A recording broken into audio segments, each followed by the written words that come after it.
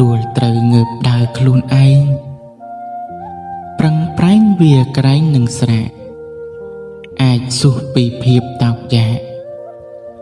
លំបាកនឹងស្រាកពំខាន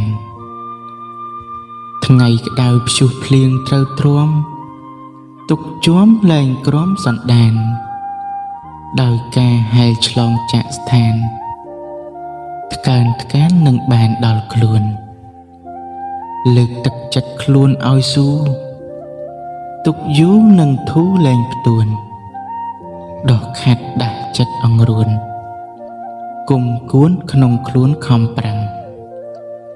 ស្រែកប្រាប់ខ្លួនឯងត្រូវខំក្រៀមក្រំនឹងស្នំពុំត្រឹង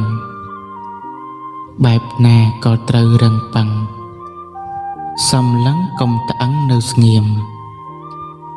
សឹងគ្មានពេលជុំគ្រួសារ